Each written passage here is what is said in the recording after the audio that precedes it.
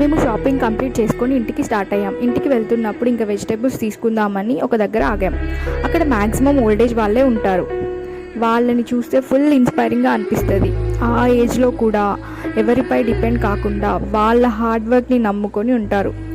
మనకి ఈజీగా మార్ట్స్లో vegetables, fruits అన్నీ దొరుకుతున్నాయి కదా అని అనుకోకుండా పాసిబుల్ అయితే వీళ్ళ దగ్గర పర్చేస్ చేయండి, వాళ్ళకి హెల్ప్ఫుల్గా ఉంటుంది.